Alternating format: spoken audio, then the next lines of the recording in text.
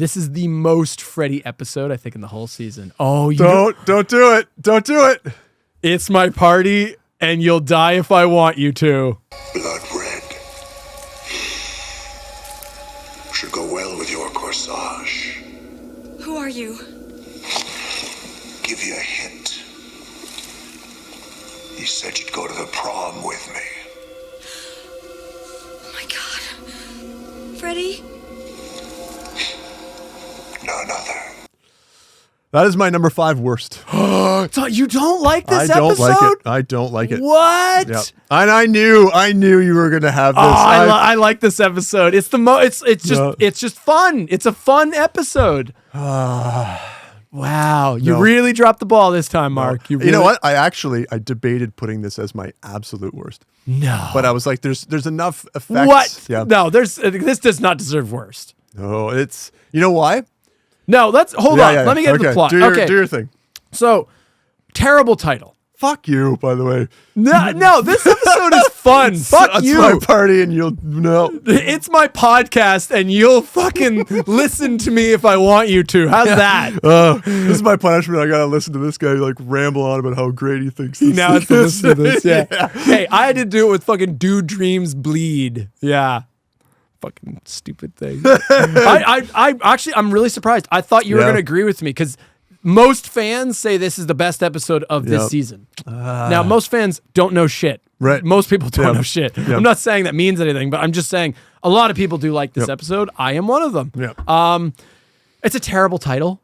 The title is so bad. It's my party and you'll die if I want you to. Well, it's a takeoff on the song, right? I know what it is, but it's so fucking wordy. Yeah. That's like Dawn of the Planet of the Apes. It's just so curse it's so long. Destiny. Yeah. Terrible title.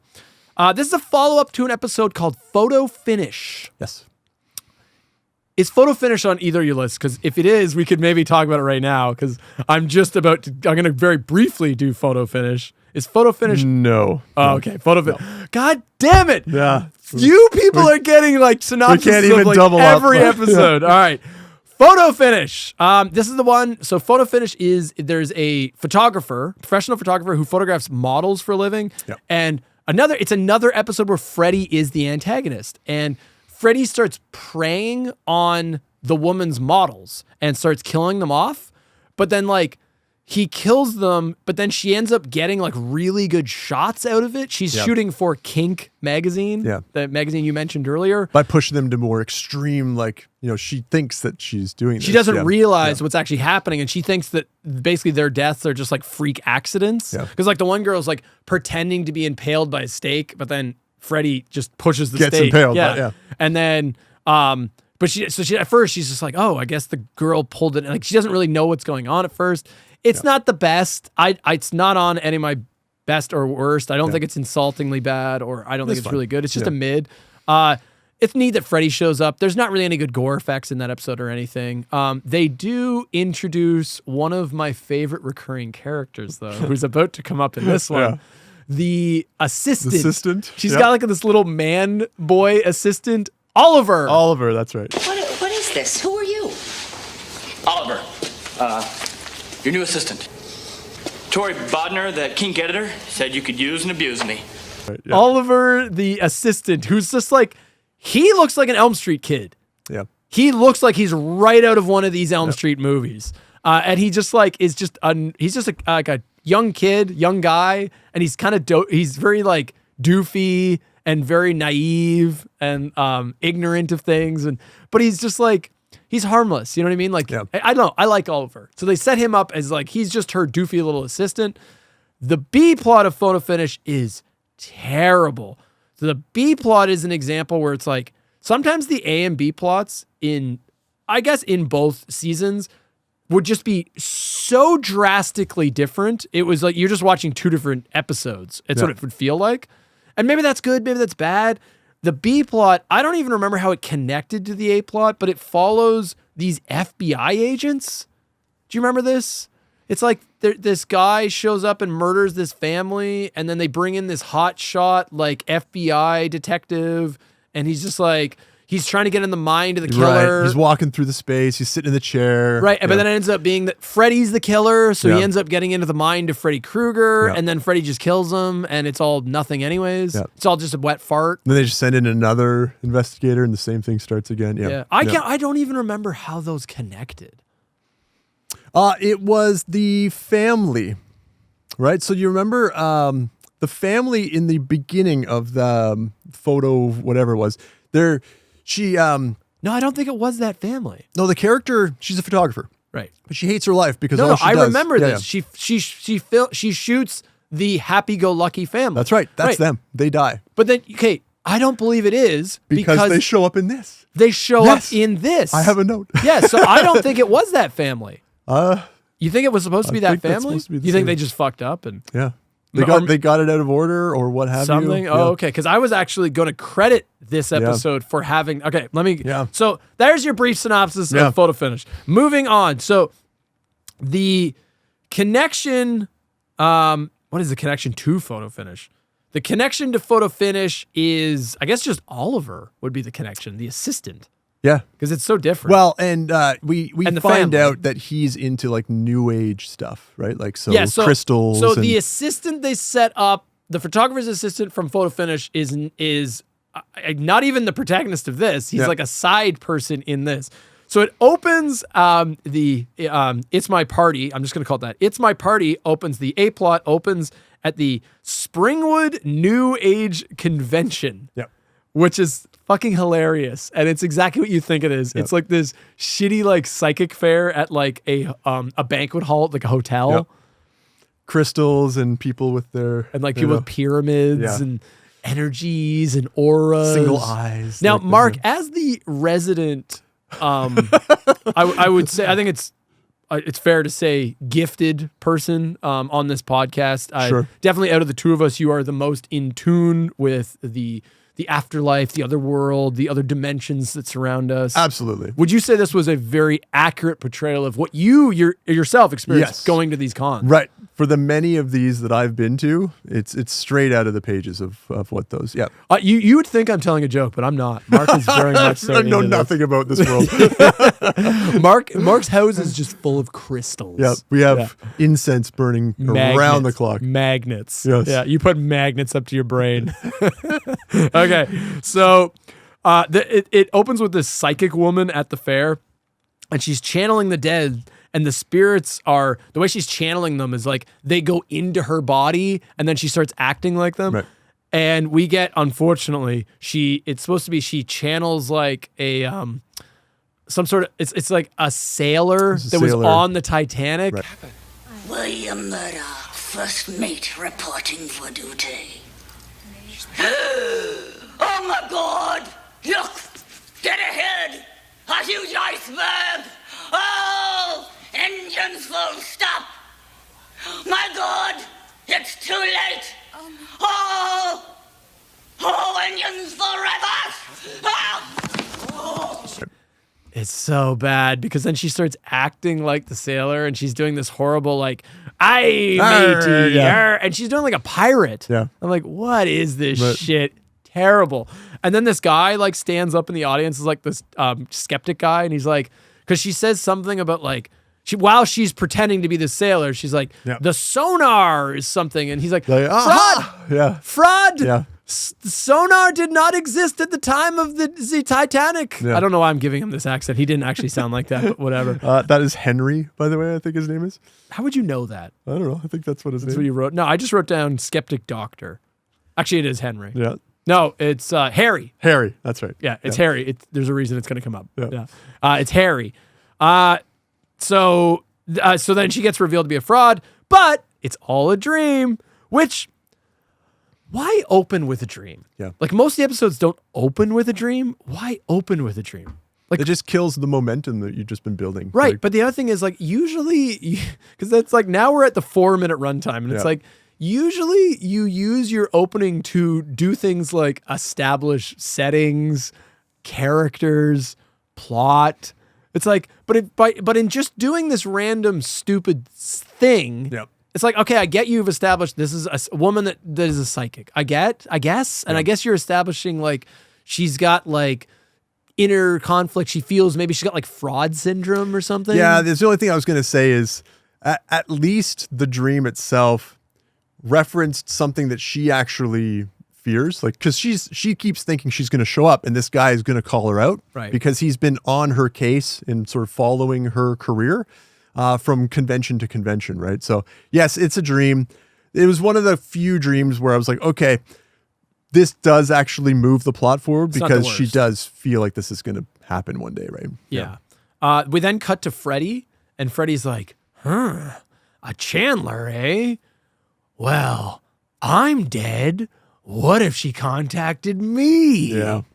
Which is like, Yeah, but she doesn't actually do it though. Like, well, so let's save that. So then the man boy assistant, Oliver, from Photo Finish shows up, Yep. and he's like, hey, I'm your new assistant.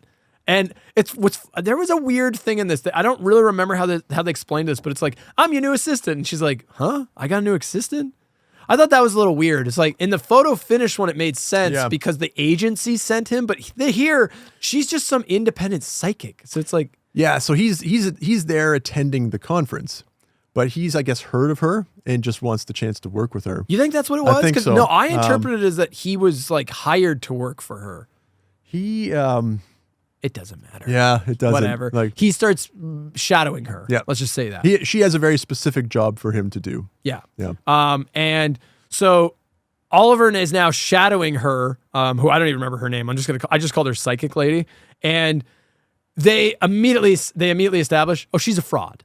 Yeah. And which I appreciate this. She starts like showing him the ropes and introducing him to like her like fellow like phony psychics. And they start like letting him in on the business and the grift. It's like they're carnies.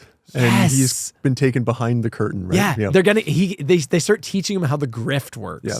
And she's like, his whole thing is like,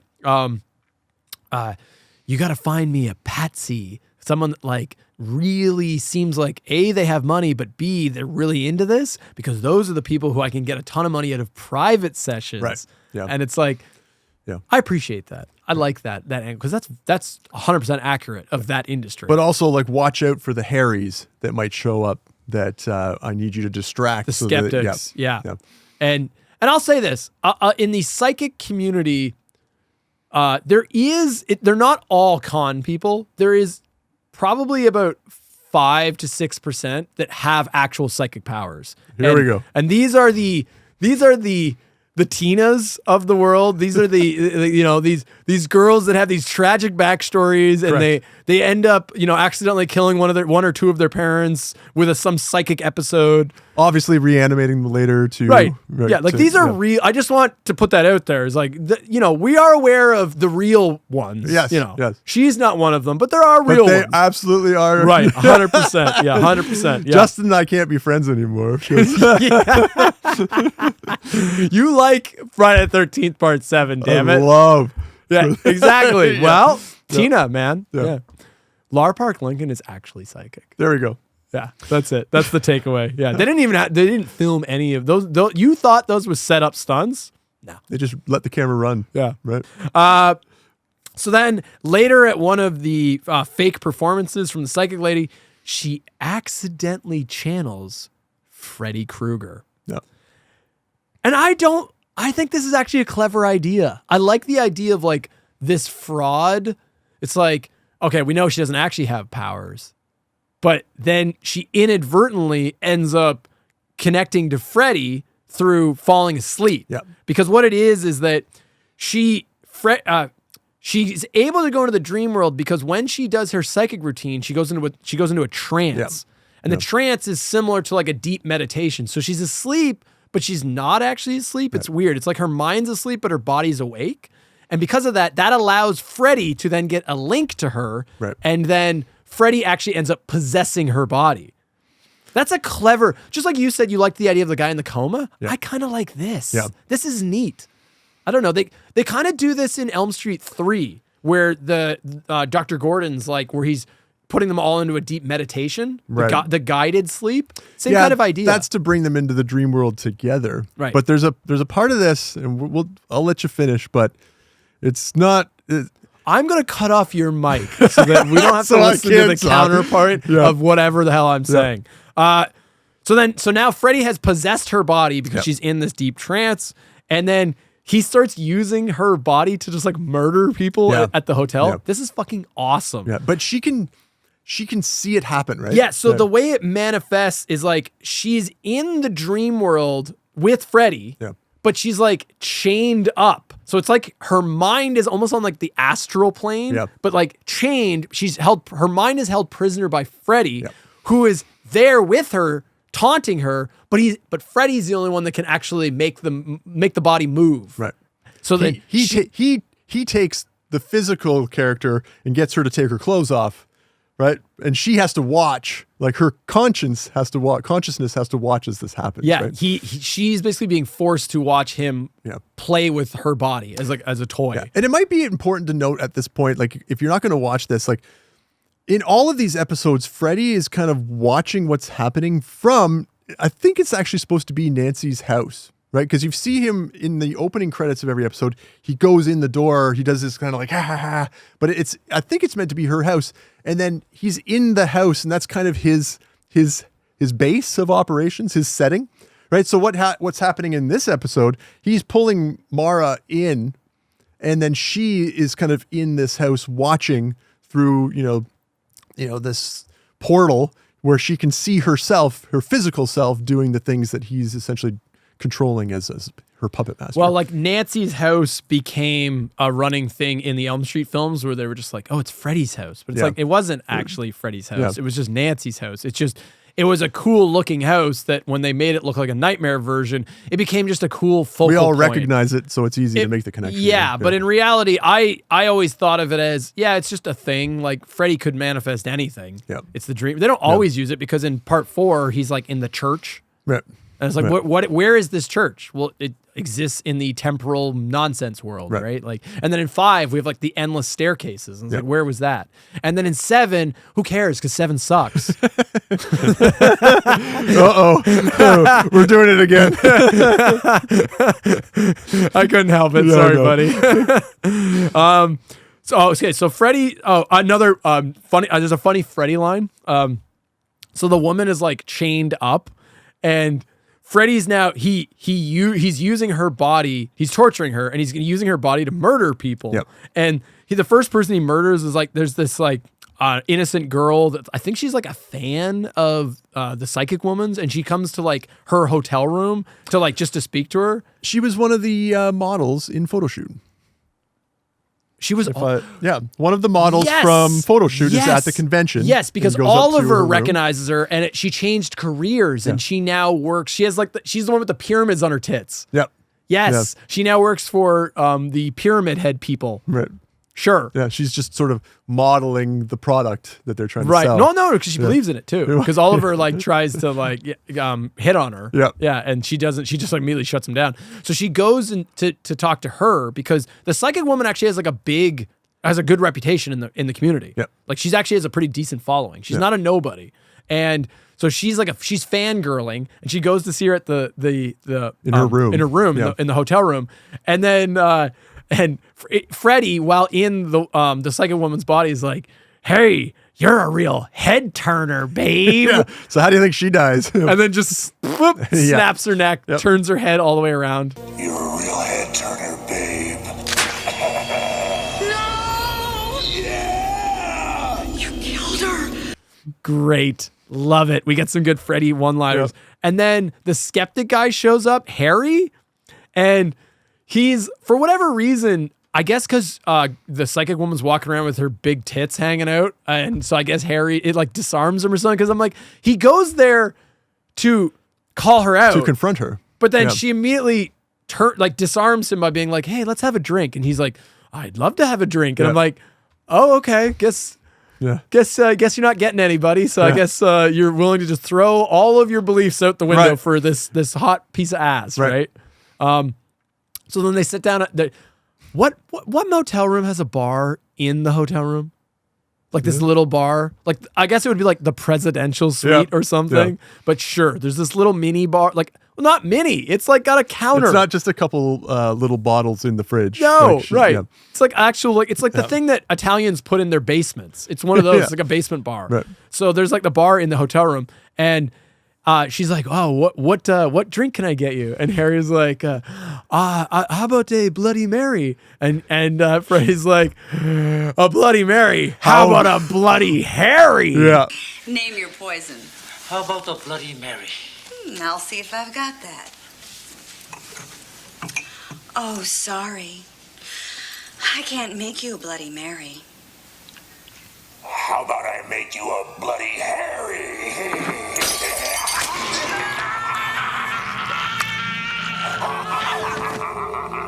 And then just cuts his throat. Yep. Did I also, before we get too far, This is as good as Elm Street ever was. this is as good as it gets. Did Freddy call Mara a bitch at one point in this episode? Maybe. I have a note. I'm like, Freddy then has her stripped down to her underwear and calls her bitch on television. Come in. Sit. Help, Harry! Harry! Harry! Shut up, bitch. Which, if they did that, that's impressive. Yeah. Because it's impressive that they caught because he always says, bitch, Yeah. like in all the movies, right? It became a running thing. He would always call the Yeah. girls bitches. So It was enough to make me put a note in I'm there. going to have to look for that. Yeah. Yeah. I think he says that on, and I mean, this would have run, on regular television. Yeah, but during- they ran it at like late hours though. Was It it? was like it's not TVMA. It wasn't like you couldn't show nudity, but like they were allowed to push it a little bit. A little bit. Because I don't know what the states' ratings are, but like Yeah. I know I think this ran at like 10 p.m. yeah, or but they something. didn't swear in this show. Like, there's no, like, There's a couple F-bombs. I don't believe that there is. I think that is. So, anyway, that's a carry on. Yeah. That doesn't happen. No, Yeah. no, none of That those. never happens. So Freddy's now killed a couple people, and the woman's freaking out, and she's like, "What are you doing? They're gonna blame me for it because it's her body." Yeah. She's like, "They're gonna give me the death sentence," and Freddy's like, "Don't worry. Maybe some weirdo can channel you." Don't think I did it. I'll get the death sentence for this. Don't worry. Maybe some weirdo can channel you. Let me go. That's great. Yeah. That's a really fun teasing line because it's so true. It's like, yeah, okay. You're going to be a You'll be ghost dead too. soon, So yeah. now some phony psychic chick can contact you. Yeah. That's funny. That's clever. Is it funny? It's as good as it ever It's got. as close to a joke Yeah. as you're going to get. So then the assistant Oliver shows up in the hotel room there's another huckster guy Yeah. that I actually liked him. I was hoping that he was going to be the B plot or Oliver was going to be the B plot. Didn't happen, unfortunately, but he's just one of like the psychic chick's like fellow Yep. psychics, but they're actually like friends. They're kind of rivals too, but they have like, I don't know. That was fun. I like that guy. They protect each other on the road. Yeah. They're like looking out for each other. It's kind of like a fellow, what's the word I'm looking for? It's somebody in the same industry as you. Right. Like, not cohort. What's the word I'm looking for? There's a word. Mark, know the word. No words, No, Mark. use your psychic ability and pull the word out of my brain. Contemporary? Yeah, I was thinking contemporary, but that's not quite it. Yeah. It's like people that are just in the same field as you. Yeah. Yeah. Comment in the Insert word here. Yeah. Tell us the word that I'm Justin going is to thinking of. insert the word. Yeah, in big bold letters, Right. like, "Hey, dipshit, remember this." So then the immediately the other huckster guy, because like they're like, "Oh, what's wrong with her?" And the other huckster guy's like, "I think she's in a trance, and an evil spirit has possessed her for real." Yeah. They're like, "This is real." Don't you skip over this part. Oh, I'm not. Okay. I laughed. It's so stupid. You can't help but laugh. Look at Mark. So then the guy's like, "Well, getting somebody out of a trance is very difficult. The only thing I can think of that would possibly break her out of a trance is the one thing she loves more than anything." We're about to perform an exorcism. We're not We priests. don't have to be. There's only one thing that can motivate her out of this trance, and it sure ain't religion. Then what is it? Power of money compels you. The power of money compels you. The power of money compels you. The power of money compels you. They're like throwing coins on her. Like, it's just the worst. And it goes on for so long. Like, from a TV standpoint, that scene It stretches a little too far. Oh. It was only a couple minutes. No. It was only a couple minutes. It wasn't. It's not super long. It's only a couple minutes.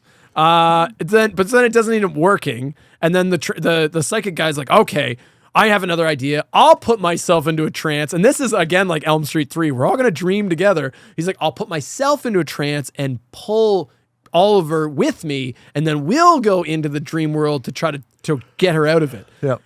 And it doesn't end up doing anything except it just transfers Freddy into the psychic guy, who then immediately grabs one of those stupid pyramid things and just jams it into the top of the chick's head. Yep. Well, you missed one small part. The Oliver and what's his name? The friend there.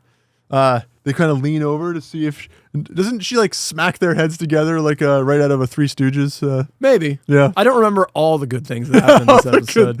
I'm like, oh, you're just killing the seriousness of your own show here. Oh yeah, sorry. The great the high bar of Freddy's nightmares. Yeah. Interior loft later. Later. Serious. Listen to the shit. This is the hot takes, folks. The million hot takes. It never ends. They just keep God. coming. Later. Yeah, as Freddy, she smacks their heads together to knock them out. I vaguely, yeah, and then but he kills the girl, and it's actually one of the better gore effects, like the pyramids like jammed in her head, and then she just dies, so she's out. She's now. done. And then he does the most stereotypical Freddy kill, which is the standard one. Yeah, he jabs the claws into his stomach, and then it manifests in the real world. They follow the Nightmare on Elm Street logic. Yeah. The psychic guy, he gets stabbed, and then Freddy didn't go into Oliver. He was in that guy. So then that ends the loop, and then Oliver just like looks around the room, the hotel room, and he's like, I better get out of here. I gotta get out of here. There's like 4 dead bodies at this point, and then he just leaves. Yep. Oliver is awesome, and they knew it because they bring him back. Unfortunately, not enough. So now we're gonna get to the B plot of this. So, do you want to say anything more about the A plot? Is the A plot what angers you so much about this episode? No, more so the B plot. So this was your number 4 worst? This is my number 5 worst. Number 5 worst. Oh, that's not so bad. That's not so bad. Yeah, we can work with number 5. So the B plot. So it opens with we're in the same motel room that all this carnage just happened, and this couple they just had sex. So this is like post coitus. Yep. And there's a knock on the door, and it's room service. And the person delivering the room service is none other than Oliver. He's back. Oliver now works for the hotel. I love this kid. Yeah. I actually think what would have been a really funny thing. There's one other character that I'm going to reference that I would have also liked to see more of, like as a recurring character. Right. Oliver, he's just this innocent. You can't help but like him. Like, there's not a bad bone in him. He's just kind of rolling with the punches, but he keeps being around where all this chaotic shit happens. Yep. And he also just feels like a regular kid. He feels like a doofy teenager. Right. And he just kind of stumbles into all this stuff happening. Yeah. And I would have been great if they just kept bringing him back as a recurring character where it's like, he would just pop up in episodes and he's now has a different job. You know, like teenagers always have they do a job for a month and they go work at somewhere else and then go somewhere else. Yeah, that would be so great because now he's like a bellhop. Is that what they're called? Yeah, the hotel people, staff. Bellhop. Yeah. So now he's like a bellhop, but it's like that would have been funny if like in random episodes you'd see him and it's like, oh, now he works at the post office or now whatever. I got the sense that that's intentional because he thinks there's something weird going on in this hotel and he wants to be close to the action. So I felt like they did that intentionally. Like that was a decision. Oliver is hunting Freddy Krueger. That's right. Yeah. He's the real dream master. That's right. Is Oliver. Right. Yeah. But I would have liked to see untapped potential. Yeah. No, honestly, I would have liked to see them bring him back. It would have been a fun recurring character. And he's also so innocent. You just don't want to see anything bad happen to him. So, just as a note before we get too far, do you remember why Denise and Larry, that's our two kind of in bed people? Okay, I got it. Okay. I got it all down. Yep. Oh yeah, I got it all down. Remember, this is my number 2 favorite episode. Yes, yeah. So I love this one. I like this. Yeah. I like the A plot better than the B plot. The B plot is weaker. The B plot does have one scene that I think is awesome. Okay. All right. And it's this scene. No. So then the guy takes the food from Oliver and it's like on one of those carts, and it's got like the metal the metal top to tray it. Yeah. thing, yeah. And then he reveals what he ordered for food, and it is one of the worst effects in the whole show. It makes no sense. It's a fake rat with like a real little mouse on top of it. Yeah. I didn't get it. What was that? Yeah. You couldn't come up with anything? Like, I think what they wanted is somebody went, oh, wouldn't it be crazy if it was like rats? But then they were like, oh, we don't want to actually have a bunch of rats on the set. So they're like, all right, get a fake rat, and we'll just put like one real mouse on it. And it looks so stupid. But it doesn't reference anything. It's not like, I don't know, was she like afraid of rats or something? No, Or it's just so that she can then wake up and go, ah, Yeah. that's it. It's just a stupid nothing opening dream sequence. Because then she screams and wakes up, and then she's still in bed with that guy. Denise is our main Denise and protagonist. Larry, yep. I couldn't remember the guy's name. And they are in town for a high school reunion. Yes. But not just any high school. Springwood High. Yeah. That's disappointing. It's not disappointing. It is. Because one of the best episodes, like a lot of the best episodes, your favorite episode of season 1, Springwood High, buddy. Oh, no. I love the connection Sisters Keeper. to Springwood High. Now I know why you don't like the episode. Yeah. Now I get it. Because you don't like the lore they changed. Yeah, that shit. So all of the, in my opinion, some of the best shit from season 1 is all this Springwood High shit. Yeah.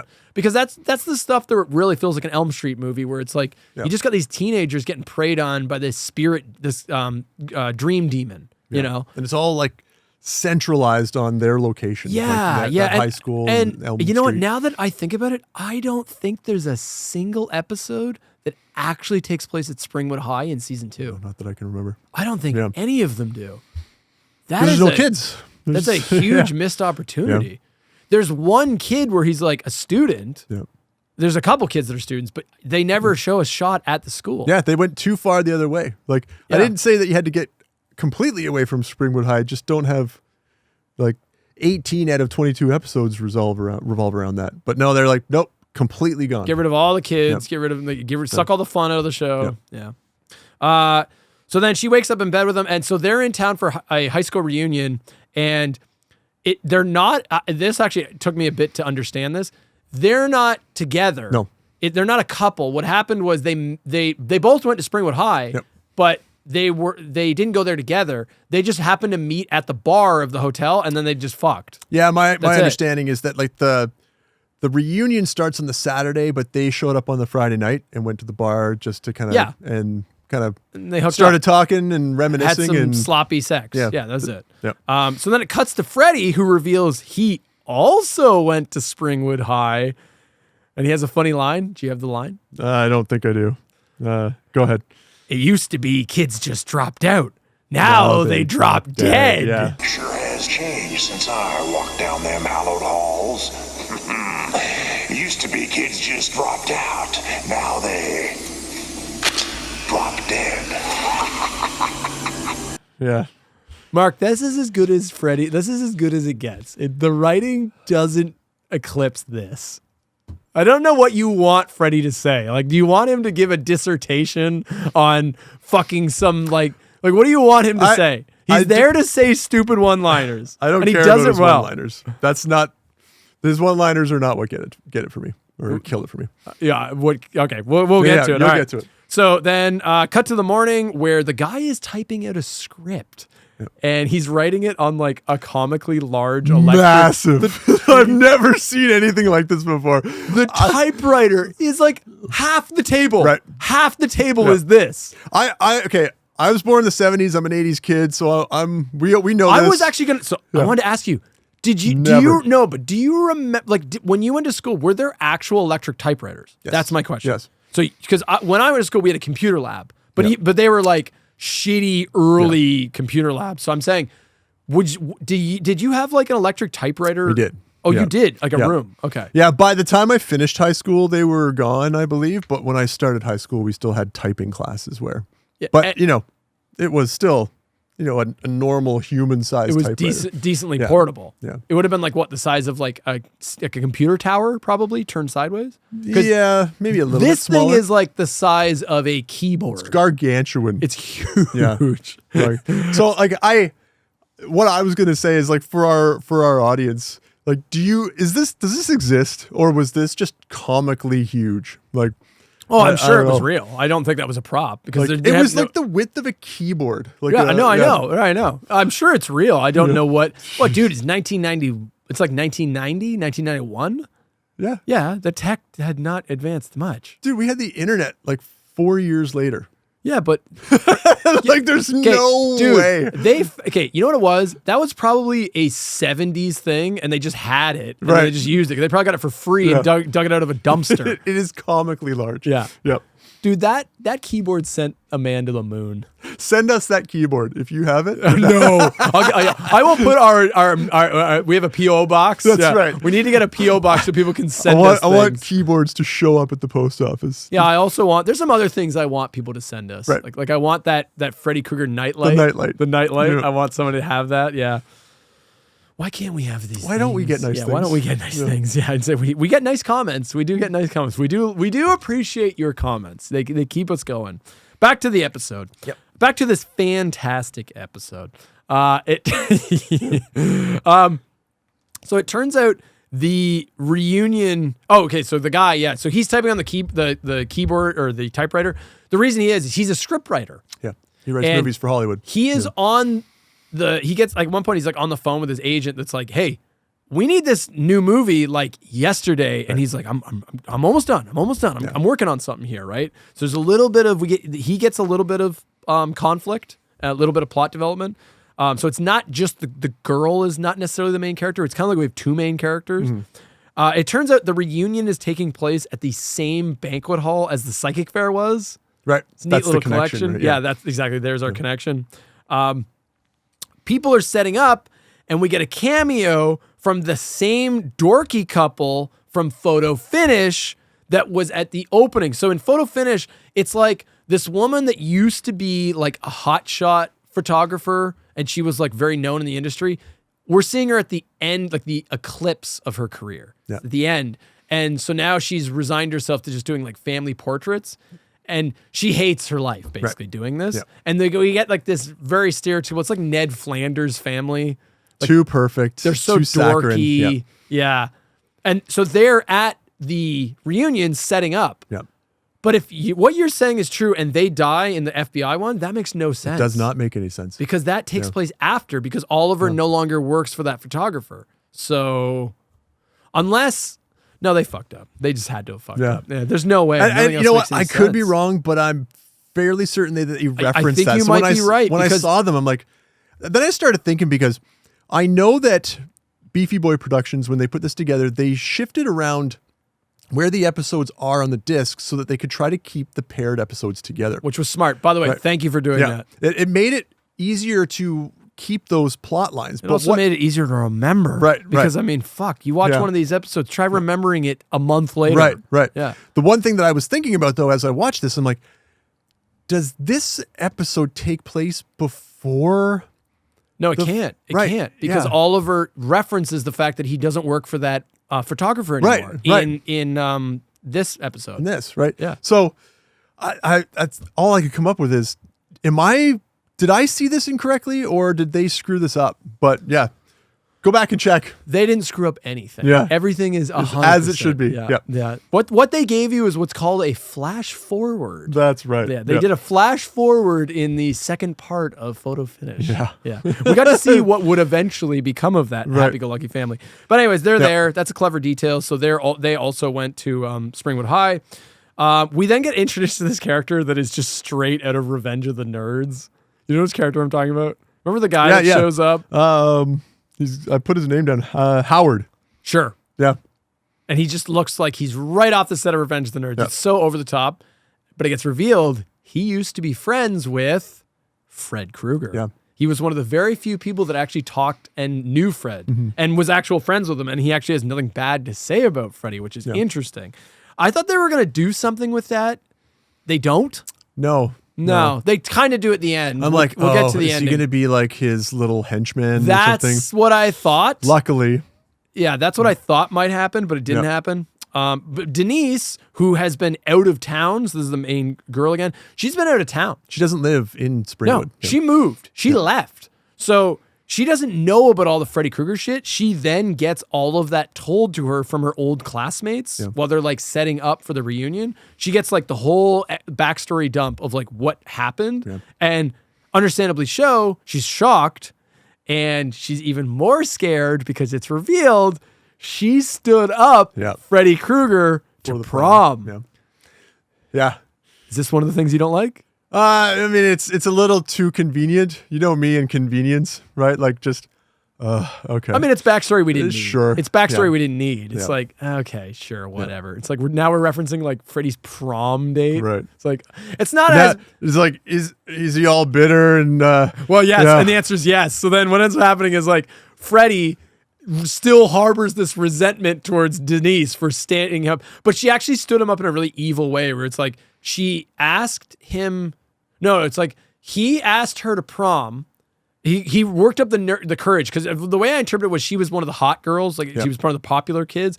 So like Freddy was like a loser and an outcast, and no one really talked to him. So then there's also a really dumb line where somebody's like, "Yeah, and he always wore that red and green sweater," and I'm like, just to hit you really hard on the head to make like, sure you didn't even need to say that. Right? Like, remember he used to have like a claw with blades on it. And he would wear some hat all the time. Like, okay, come on, fuck off. Yeah.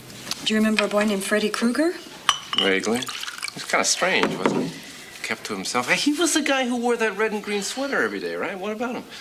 He always used to wear this. He used to wear remember he did podcasts with this weird guy that had these like stupid takes hot on takes things. all the time. So, so she was like part of the popular kids, and then Freddy worked up the courage to ask her to prom, and then she said yes, but it was because her other equally like bitchy friend did it. They were doing it as a mean thing, kind of like a Carrie I was going to thing. say, I got like a Carrie vibe from it. Right? Yeah, where it was very mean spirited. And what they ended up doing is they were like, yeah, I'll go to prom with you, Freddie. Pick me up then. And then Freddie comes to her house, pick her up, and they just don't answer the door. And they were like watching from the window and just like taunting him. Yeah. That was kind of evil. Yeah. So now I'm on Freddie's side. I'm like, yeah, fuck this chick up. She's got to go. Yeah, that justifies. 100%, Mark. 100%. Yeah. Did you get scorned at porn? At porn? At prom? Whoa! Whoa! This podcast is going off the rails, folks. Cue sexy music. Wes, I feel so helpless and trapped. Hold me, Wes. Hold me like Hank did. Wes, you feel so strong and hard. I did not, by the way. Okay. I did not. No. I had not one, but 2 dates to prom. Ooh, at the same time. No. That's a whole story. Yeah. Remember Art, how he did his thing? Right. You're my Art. Yeah. Right. Absolutely. Good stuff. Yeah. So, okay. She finds out about the whole history. Yeah. Yep. So then she's freaking out. So then she takes a nap in the motel room and she dreams of who else? Freddy. And we get Freddy in a tuxedo. Tuxedo Freddy we've seen before. Where have we seen him, Mark? See if you can get this. Where have we seen Tuxedo Freddy? You know it's in one of these. It's in the best one. The best one. Yeah? Well, now it should give it away because you know which one my favorite is. Yeah. You're a part 3 guy. Yeah. It's in part 3. Yeah. It's when Patricia Arquette is dreaming and Freddy comes in with her mom's head and he's dressed up in the tux. Right. Yes. Yeah, that's Tuxedo Freddy.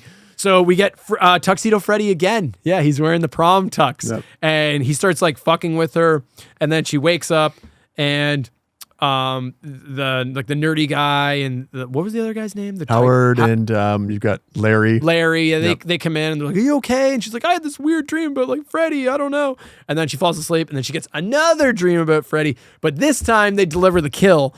I like this kill. I thought it was kind of clever. She's so in the dream world, she's like dressed. She's in a dress now and Freddy's still in the tux. And he like tries to pin a corsage to her. And then he's like, they always make these pins so small. And then he takes out this giant like fucking spike. pin. Yeah. It's like a spike and then just jabs it into her.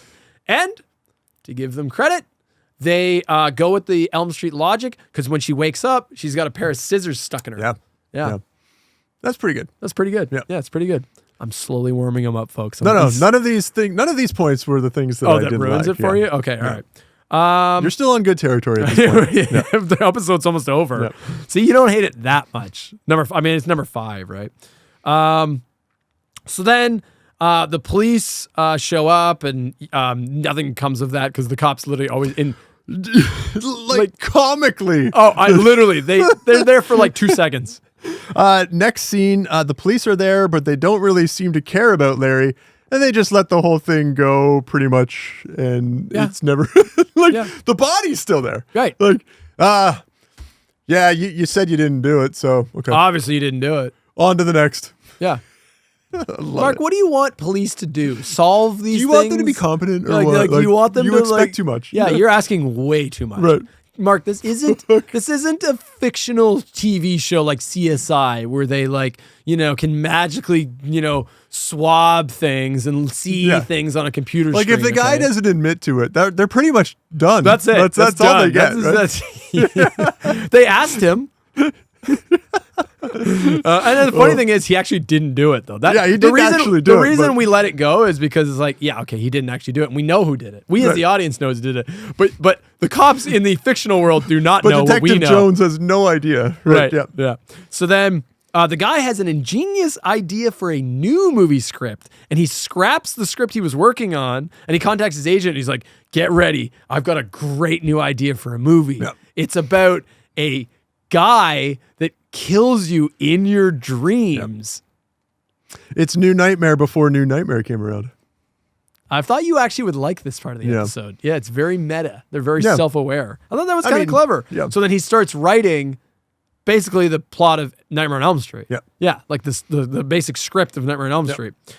Then we get this insane sequence. And maybe this is why you don't like it. I don't know. The sequence is Freddy killing his entire remaining class. So it's like the actual reunion's like underway, and all of the main players are in this room. And it starts with like, is it Larry, the writer guy? Yep. So Larry, he's like he's like dancing with like the heavyset woman, and then Freddy's like, "Mind if I cut in?" And then just like chops his hand off, and then he just like stabs the fat chick, and then everyone starts screaming and running out. It's very reminiscent of Carrie. It's like the ending of this is Freddy Krueger's Carrie moment, and where he just kills everyone in the banquet hall. It resembles another Nightmare on Elm Street movie part that I was not a big fan of. Which one are you referencing? What are you going to point to? Remember when he kind of goes nuts in the pool party there at the end and just starts going hog wild? Yeah. In the scene where that awesome song plays by Johnny O, the Whisper to a Scream. Yeah. Remember how awesome that? Remember how that really had nothing to do, like that does not follow? But we're starting to break rules here. Yeah, but the difference is that entire thing was a dream. In the end, yes. Yeah, so it doesn't actually go that far. Yeah. Is that why you don't like it? No. Well, we're gonna. Okay. Yeah. So I thought it was more like Carrie because he just starts killing everyone in the room, and then like I think he uses like his powers to like lock the doors, and they're trying to get out, and then he's like, "Where's everybody going? This party's gonna be a gas." Yeah. Hey, well, where's everybody going?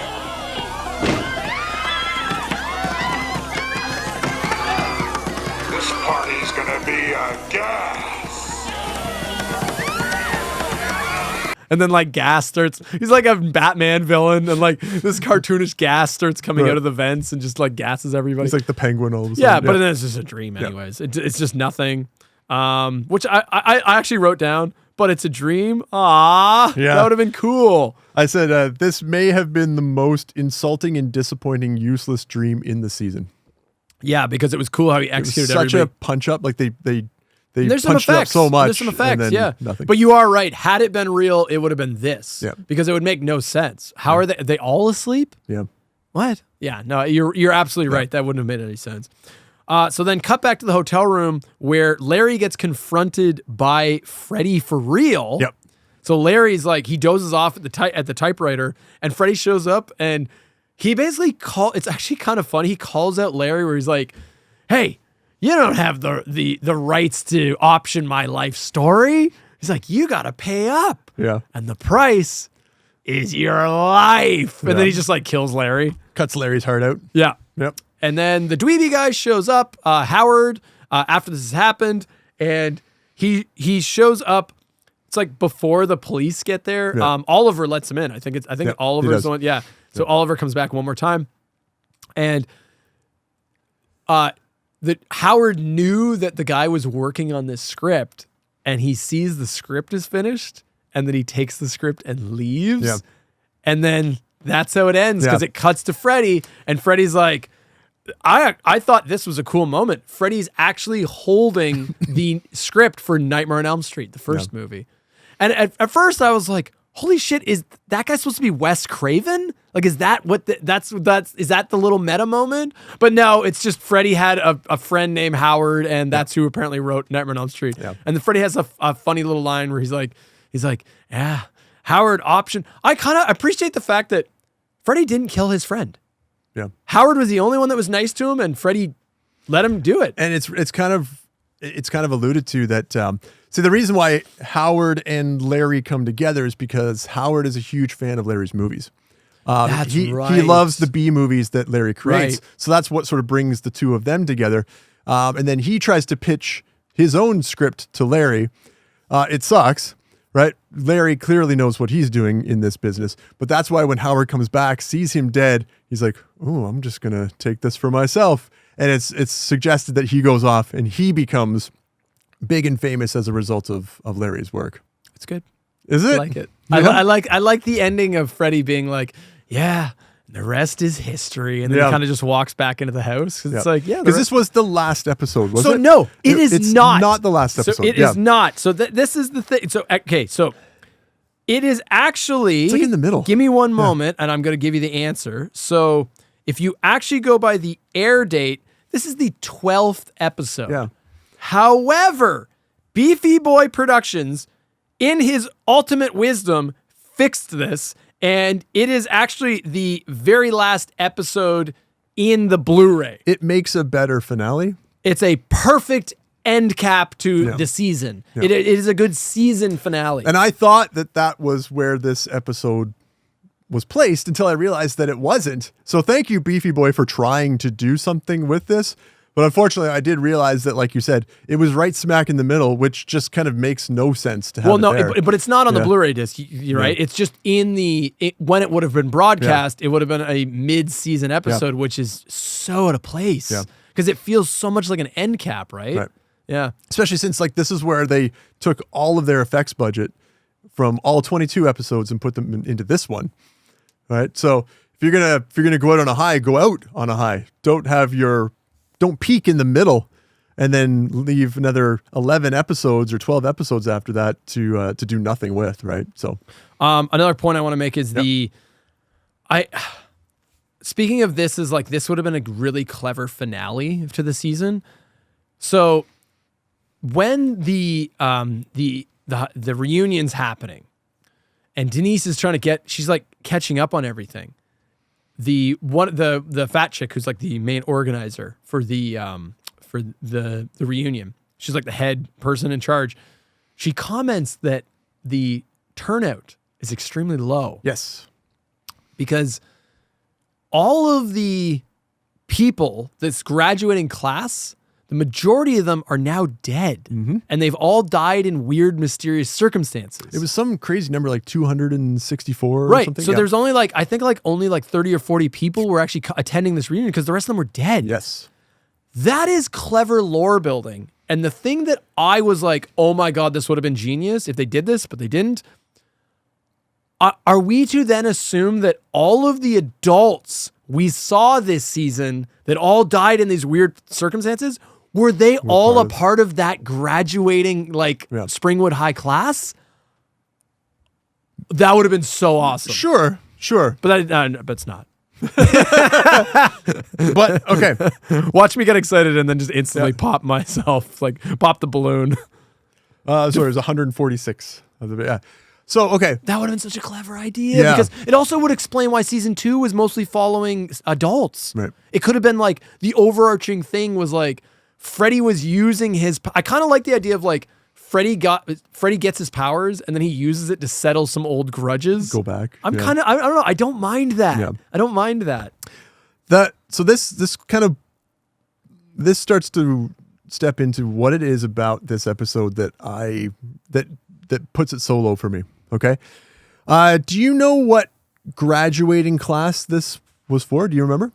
They have a banner up. Oh, it says the year? That's right. Oh, so this is going to break the continuity? Mm-hmm. Yeah, but continuity doesn't matter in Freddy's Nightmares. They're not interested. Dude, here's the thing, though. Dude, like the pilot. Yeah, if you're going to touch it, right, you got to do it. And if you're going to fuck it up, leave it alone. Right. They touch it and they screw it up. And they screw it up pretty badly. Right? So what's the... So it's the graduating class of 1970.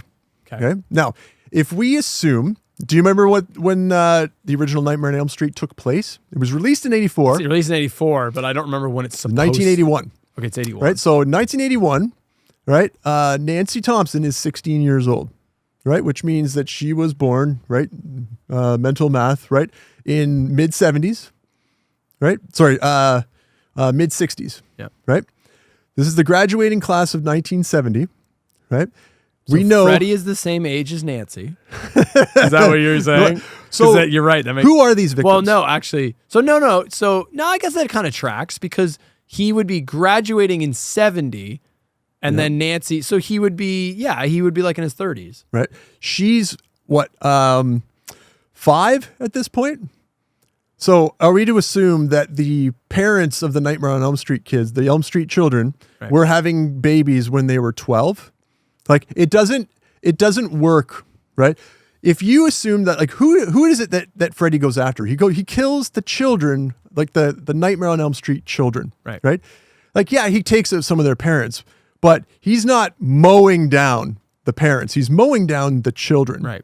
But if you look at the math the way that this episode has presented it, it's the parents that are getting killed, right? And even then, it doesn't quite make sense because you look at Nancy's parents in Nightmare on Elm Street 1, like they're in their 50s, right? They were not the ones graduating in 1970. So then when the hell did when did the Freddy Krueger torching thing take place? That's right. So that would have taken place, what, in like 70, like 75?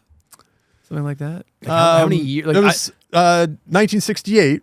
Freddy was already on trial, right? So like it doesn't, like how is he in high school in graduating in 1970 when he's already in prison, right? Like, so Mark, you're asking a lot of Freddy's nightmares. But here's the thing: if you're going to put it in the show, and they make a big deal of the class of 1970, right? I'm like, if you're going to have it in there, right? People are going to start to think about it, right? If you want to leave it completely just don't include that, right? Well, they didn't need to have maybe that. Freddy was just like, he came back for like night classes or something. It drove me absolutely nuts, right? And it took me like 30 seconds to start figuring out. Maybe he came back with his to get his GED. He was already like 20 years older than everybody else by that point. I'm like, it's not like by this point, like they already had like all of these movies, right? So it's the timeline, it wouldn't have been hard for them to make a phone call and go, hey, Wes, hold when on does this one take place? Right. Yeah. Right. Like these movies have been going on for a while at this point. Like they're breaking their own rules. But they don't give a fuck because, like, by your logic, what you just said is it's 68, he was on trial, and yet Nowhere Mr. Nice Guy, it looks like it takes place in the 90s. And so it's like, it already made no sense, dude. Right. But, and obviously, like, the episodes take place in the late 80s, early 90s. Like you can tell by the fashion, the styles that they all have. Like they didn't do anything to try to set it in the time that it would have taken place. So like, what you're saying is that this should have been like class of 1960. Yeah, right. And these characters would look age appropriate for I don't know. Whenever you do something like that, like don't be careless. Like it would have taken you 30 seconds to just do the math and do it right. But instead it stands out so blatantly that you didn't think about that. Yeah, because what you're saying is basically it's almost like Nancy and Freddy would have been in school at the same time by that timeline. Yeah, and doesn't then quite work. And who are his victims? The parents or the kids? Right. And I always in Freddy's Nightmares they're all. Well, yeah, right, yeah. But I don't know. Like if you're gonna make the connection to Springwood High, then it's the students, right? It's the kids of Elm Street, right? I don't know. The whole thing just, maybe I'm wrong. Somebody's going to be like, actually, Mark, I did the math and you can definitely have like. No, I think you're probably right. So, you're a very bitter man, Mark. I hate when they do this. Like, because they're they're like the gospel. I know like what I mean. You have the Bible. Yeah. Why are you writing the fucking book according to whoever? Other things that I didn't like. Part 2. They maybe hadn't really established the canon of Nightmare on Elm Street, so I can give part 2 a free pass over the mechanic of Freddy can possess you and take you over in real life and move you around and kill people. Sure. But they very quickly did away with that, right? That is not really a part of the Freddy mythos. No. And yet in this episode, everyone dies by him marionetting or using somebody else as a puppet. I didn't mind that. I don't know. I didn't mind it. To me, it adds to the lore. I don't mind that. No. I don't mind that idea that he can do that. All it is it's a cost-cutting method so they don't have to have him running around. Right. Yeah, absolutely. You can have Greta run around killing people as Freddy. It wasn't Greta. No, I know, but whatever. Don't sully my girl. Don't sully my girl, Greta. You can have Denise, or Larry going around. I don't know. It sucks because there's so many things that they could have done with this, right? I see why you like it, but there's just too much that ruins it. Like, otherwise, just do an episode that's not tied to it, because I'm not going to give you a hard time about that. But if you're gonna tell a Freddy episode, right, do it properly, and they don't. Okay, here's a fun. I'm gonna change it a little bit for you. Tell me if this fixes it for you. Okay, it's prom night at Springwood High, and Freddy gets involved because he's bitter about his terrible prom, and because of that, he takes it out on the Elm Street kids. Is that a better episode? Okay, but remember, he was invited to prom, so he's not just some guy that's 10 years older than the rest of them. He's like, I'm gonna go and creep their prom. No, but that's what I'm saying. I'm saying. I'm saying in this episode, change it from a high school reunion to an actual prom. And Freddy, because Freddy didn't have a prom. So I'm saying Freddy was envious. So he resents the Elm Street kids for having this happy prom. And he's like, I was invited and I got stood up. Yeah. Time to show these kids a night of their lives they'll never forget. They'll never forget. Or remember. Yeah. There's ways you could do this. Yeah. Do you like that idea? Sure. Okay. Yeah. They didn't do that, though. Right. Right? I still can't believe Denise is gone. That makes 146 members of our graduating class. We've run out of sympathy cards. Do you guys notice a pattern developing here? I guess the only question is, who's next? So, I don't know. Like, what other things didn't you like? I have another thing I really like. No, I mean, there's things that I did like about it. Like, Denise doesn't have nightmares, but when she comes back to Springwood, she starts having nightmares, right? That's cool. The idea, we're going to talk about another episode. It's actually one of my least favorite episodes. Yeah. The idea of somebody who hasn't been in this epicenter of like chaos and horror now coming into this and instantly feeling the effects and getting this weird exposition. You're like, what happened to my hometown? That's a neat idea. There's a lot you can do with that. And the Elm Street movies don't really ever do that. Bring in an outsider that comes into the air and is like, what is happening here? Like, I think Freddy's Dead might be the closest they get with Lisa Zane's character. And I can't believe I'm referencing fucking Freddy's Dead, but like Lisa Zane's character isn't aware of the lore. So then she has to turns out she is involved in it, but so she comes in fresh. She doesn't. Yes. And that's that works really well. I think you can do a lot with that. Another episode tries it and completely wastes it. We're going to get to it. Yeah. But I thought it works in this one. Yeah. Like exactly what you said. Like she just has a regular life, but she comes home to all this shit. It's like, and that actually ties into one of the things I like most about this episode is they're building the lore. They're building. The mythos is building. No, but hear me out. It's one of the things you like about Halloween 2, where the town is starting to react. Yeah. And we get the other attendees to the reunion. They're all starting to gossip. And their gossip's now floating around. It's like, hey, do you remember that weird creepy kid we went to school with? Yeah, he was actually a murderer and they killed him. I've heard people have been having dreams about him. And a lot of those people died. So like the town is starting to. I never thought, 146 of our classmates died, but it wasn't until we got here together that I started to realize maybe there's a connection between them. Okay, right? fair enough. It's a little, but I'm not being facetious when I say that. Okay, Like, I actually think, it sounds ridiculous when I say it. But, I actually think. Well, no, but okay. So the way to say it is like, okay, the number's ridiculous, but I think when they say that, where it's like, yeah, most of the people from that graduating class are dead now.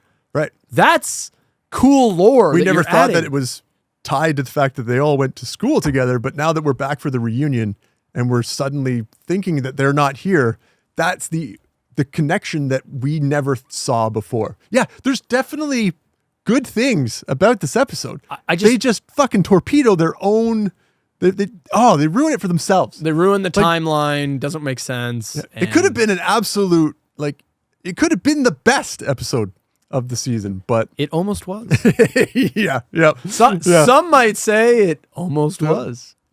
Not Mark, though. Not me. Mark's a bitter old man who just can't get past. You can't look past your timelines. Yeah, I know. This nit. Right. Yes. The nitpickiest of pickers. Right. Yeah. I'm going to change man with the million hot takes. It's going to be the man with the nittiest nitpicks. The numbskull with the nittiest nitpicks. Did you catch the Elvis Still Dead newspaper references? There's a part of the episode, there's a newspaper on the table or something. Elvis Still Dead. Remember there's one of the other episodes where there's the reporter that was sent are we going to talk about every episode this season? So what you're referring to is, I think it's Springfield Confidential, or what the fuck was that episode called? The one with the writer. The guy was sent to do an investigation in Springwood, and then Elvis is real. Right. Real. Obviously, he was real. But Elvis is alive in Springwood, apparently, and he's staying in Springwood. Yeah. What was that episode called? Heartbreak Hotel. That's right. Fuck, we should have got that. It was Elvis related. Yeah. Heartbreak Hotel. Is Heartbreak Hotel? No, I don't think so. Okay, I don't believe so. I don't have it on any of my lists. Are we going to actually? No. Okay. No. I feel like we're going to actually say every episode in this episode. They will all be referenced in this podcast. Everything gets mentioned.